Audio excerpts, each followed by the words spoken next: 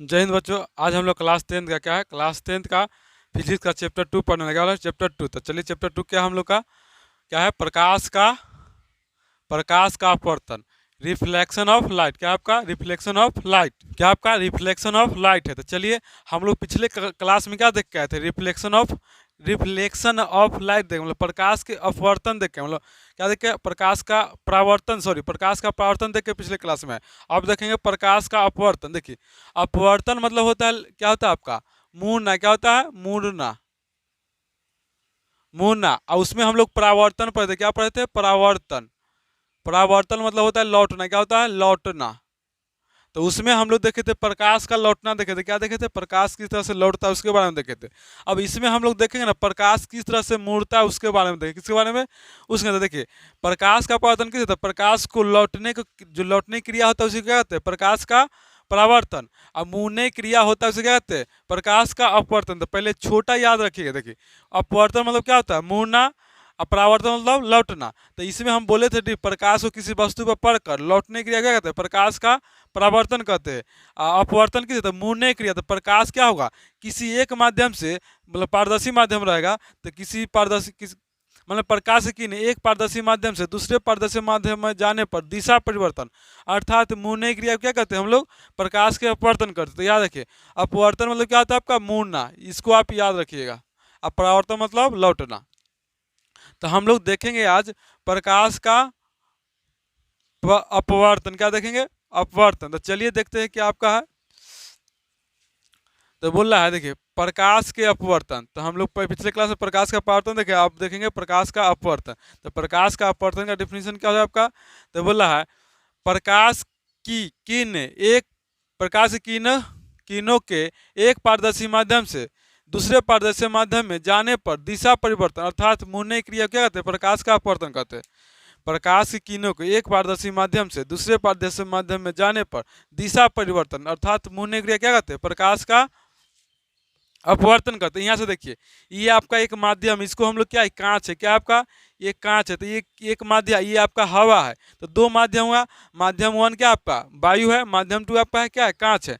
तो ये आया प्रकाश की किरण, क्या हो गया, प्रकाश की किरण यहाँ से आया, यहाँ से सीधा नहीं जाके क्या होगा, थोड़ा सा नहीं मुड़ गया, क्या हो गया, मुड़ गया। तो ये जो मुड़ा ना, इसी को हम बोलते हैं प्रकाश के अपवर्तन। देखिए इसको जाना चाहिए था ऐसे सीधे जाना चाहिए, लेकिन क्या हो गया, ये मुड़ गया। तो ये मुड़ा ना, उसी को हम लोग क्या बोलते हैं, प्रकाश के अपवर्तन बोलते हैं। तब यह क्या है आपका प्रकाश की किरण, क्या बोले, प्रकाश की किरणों को एक पारदर्शी, क्या एक पारदर्शी माध्यम है, एक पारदर्शी माध्यम से दूसरे पारदर्शी माध्यम में जाने पर दिशा परिवर्तन, अर्थात मुड़ने की क्रिया क्या कहते हैं, प्रकाश के अपवर्तन कहते हैं। पारदर्शी मतलब जिसे प्रकाश आर पार कर जाता है क्या कहते हैं, पारदर्शी कहते हैं। जैसे हवा से भी प्रकाश आता है, देखिए सूर्य का प्रकाश हम लोग के पास आता है, इसका मतलब क्या है, वायु पारदर्शी है। और कांच से भी क्या होता है, प्रकाश पार करता है, तो कांच भी क्या होता है आपका पारदर्शी है।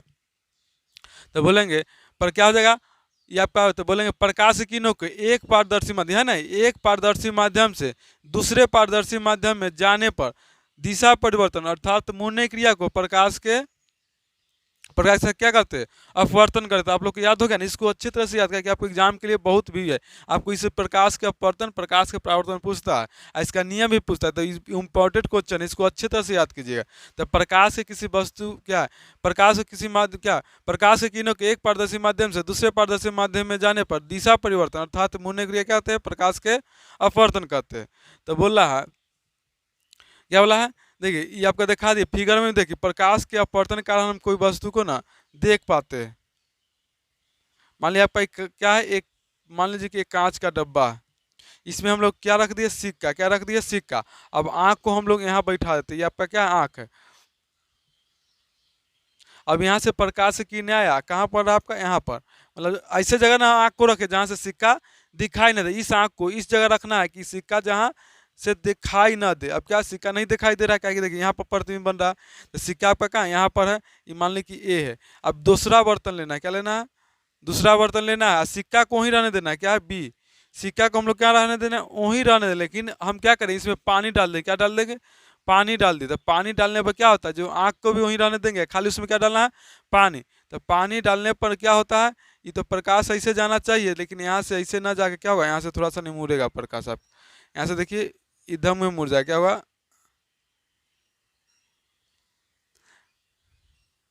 देखिए इसको ऐसे सीधा ना जाए क्या होगा आपका, इधर मुड़ जाए, क्या सॉरी क्या करेगा आपको ना, इधर मुड़ जाए, क्या होगा इस सिक्का यहाँ से आएगा, इधर मुड़ गया, इधर मुड़, लेकिन इसको जाना चाहिए कहाँ था, यहाँ जाना चाहिए था ना, लेकिन यहाँ ना जाए कहाँ, यहाँ पर आ गया। तो यह पानी आया ना, ये हवा से आया, ये पानी में आया।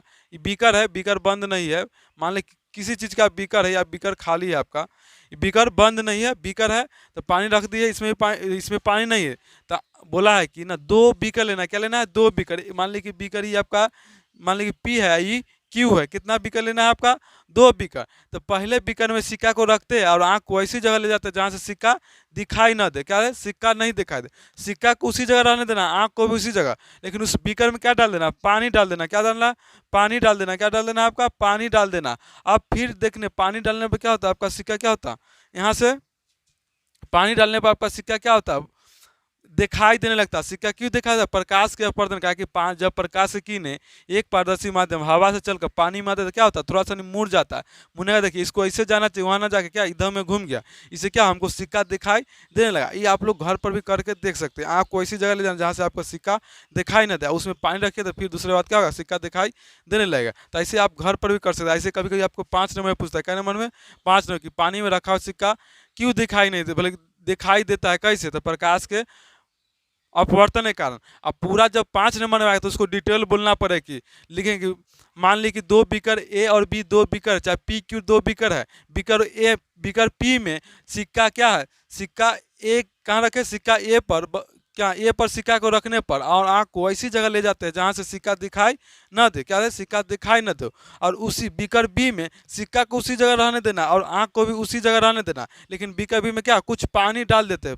पानी डालने के बाद जब सिक्का को देखते तो सिक्का क्या दिखाई देता, सिक्का इसलिए दिखाई देता है क्योंकि जब प्रकाश की किरणें एक पारदर्शी माध्यम से दूसरे पारदर्शी माध्यम में जाता है तो क्या दिशा परिवर्तन हुआ, क्या हुआ, दिशा परिवर्तन होने के कारण क्या सिक्का पर एक क्या उस देखिए परिवर्तन का, सिक्का पर प्रकाश की किरणें पड़ा, जब प्रकाश की किरण सिक्का पर पड़ेगा तो क्या होगा, हमारी आंखों तक भी प्रतिबिंब बनेगा, तो जिसके कारण क्या होता है, हम प्रतिबिंब बना तो हम सिक्का को देख पाते। तो याद रखें हम वस्तु तभी देख सकते जब उस वस्तु से प्रकाश लौट के हमारी आंखों तक आता है, तो इसलिए प्रकाश यहाँ से लौट के गया है इसको आंखों तक, तब देखा यहाँ प्रकाश लौटा नहीं, देखिए इधर आया, यहाँ से लौट के नहीं गया। तो याद रखिएगा जब हम किसी वस्तु तभी देखते जब प्रकाश उस पर पड़कर लौट के हमारी आंखों तक आता है। ये पिछले क्लास में हम लोग जाने थे।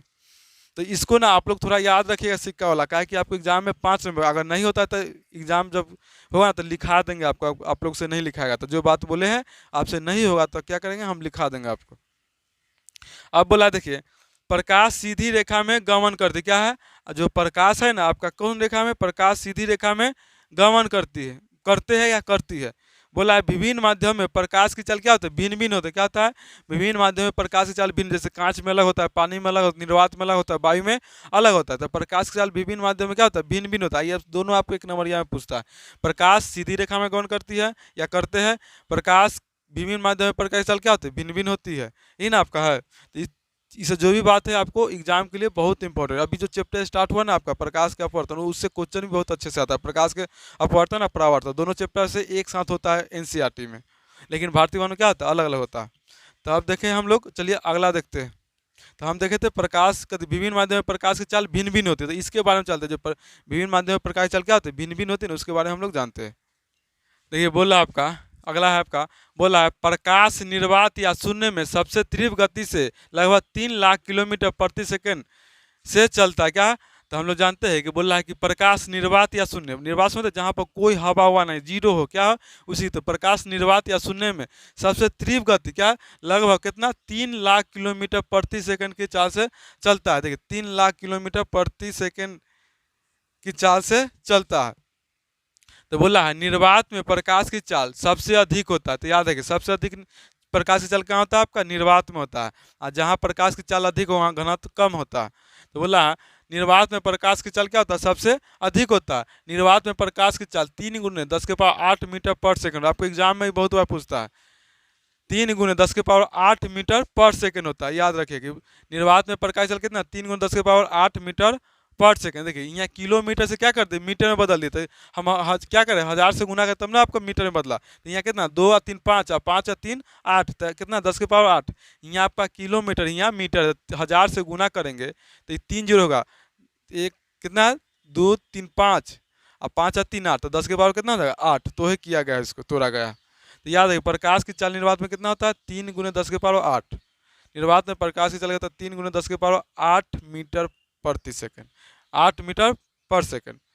अब बोला है देखिए हम लोग प्रकाश की चाल है ना, तो वायु और निर्वात में बराबर मान लेते हैं, लेकिन जब एग्जाम में पूछता है कि निर्वात की अपेक्षा वायु में प्रकाश की चाल क्या होती है, तो कम होती है। क्या कि निर्वात में शून्य था, वायु में कुछ तो भार है, क्या कि हम लोग जानते हैं कि वायु में भार है, 9th में पढ़ के आते हैं, मतलब जो वस्तु नहीं दिखाई देता उसमें भी भार होता है, तो वायु में भार है, इसलिए निर्वात क्या शून्य था, तो उसमें 40 फीट होता है, वायु में आने पर थोड़ा सा नहीं उससे कम होता है। तो इसलिए हम लोग बराबर भी मान सकते हैं, लेकिन आपको एग्जाम में अधिकतर आता है तो कम आता है, तो कम मारिएगा। अब बराबर नहीं आता है, अगर बराबर है तो बराबर मारे, लेकिन कम आता है तो क्या मारे, कम मारे। तो इसलिए याद रखिए कि प्रकाश की चाल निर्वात की अपेक्षा वायु में क्या होता है, कम होता है। क्या होता है, वायु में कम होता है।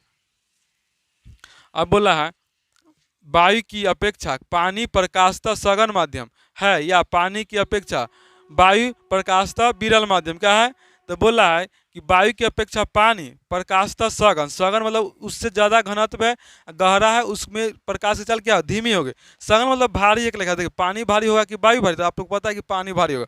किसमें आप प्रकाश की चाल स्पीड चले, तो आपका देखिए जिसमें घनत्व कम है, तो वायु में घनत्व कम है, पानी में ज़्यादा है, तो इसलिए प्रकाश की चाल किसमें अधिक से चलेगा, वायु में प्रकाश चाल तेजी से चलेगा आपका। तो बोल रहा है वायु की अपेक्षा पानी में प्रकाशतः सघन माध्यम है, या पानी की अपेक्षा वायु प्रकाशतः विरल माध्यम। इसको एक तरह से सघन मतलब आप एक का घर है, क्या है सघन मतलब समझ के आपको घर में बंद कर दिया गया, सघन मतलब भारी होता है, और विरल मतलब आपको घर से बाहर छोड़ दिया, क्या है घर से बाहर। तो मान ली कोई वस्तु घर से बाहर से दूर भागता है, क्या होता है दूर, तो निकट और दूर स्थिति में पढ़े तो सॉरी अविलंब से दूर भागता है, निकट के बारे में उस समय देखें, लेकिन अभी समय सघन मतलब जैसे जाम देखें ना, जाम आप लोग शहर में या चाहे रोड पर जाम देखें, तो मान ली कि सघन मतलब क्या होता है भीड़ भाड़ इलाका, क्या होता है भीड़ भाड़ इलाका, और विरल मतलब खाली इलाका, क्या होता है खाली होता है। देखिए भीड़ भाड़ इलाका में बच्चा क्या होता है गाड़ी आस्ते आस्ते चलाएगा, लेकिन जैसे ही खाली होता है खूब एक्सीलेटर देगा, खूब ऐसे से घूमेगा और खूब स्पीड से चलाएगा। तो सघन होता है मतलब क्या होता है सघन में प्रकाश चल क्या होगा धीमी होगा।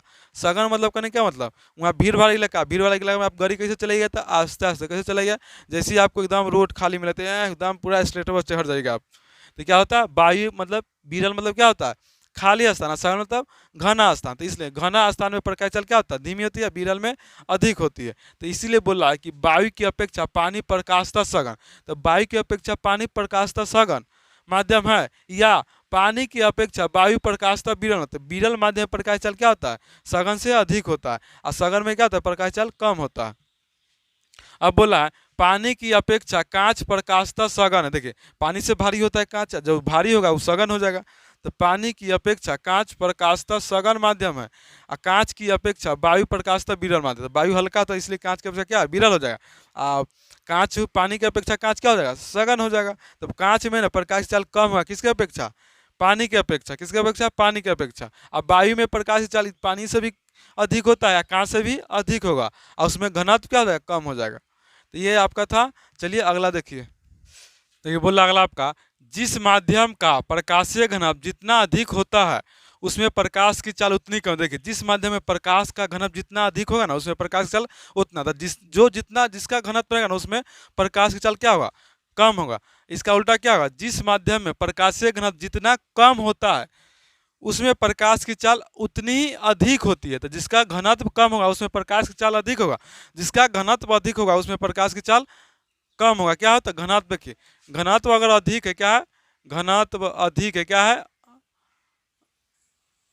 अधिक है, तो प्रकाश की चाल क्या होगा प्रकाश की चाल कम हो जाएगी, क्या हो जाएगा कम। और घनत्व क्या है घनत्व कम होगा, क्या है घनत्व कम है तो प्रकाश की चाल क्या होगा चाल कम, इसको सॉरी अधिक हो जाएगा, प्रकाश की चाल क्या हो जाएगा अधिक।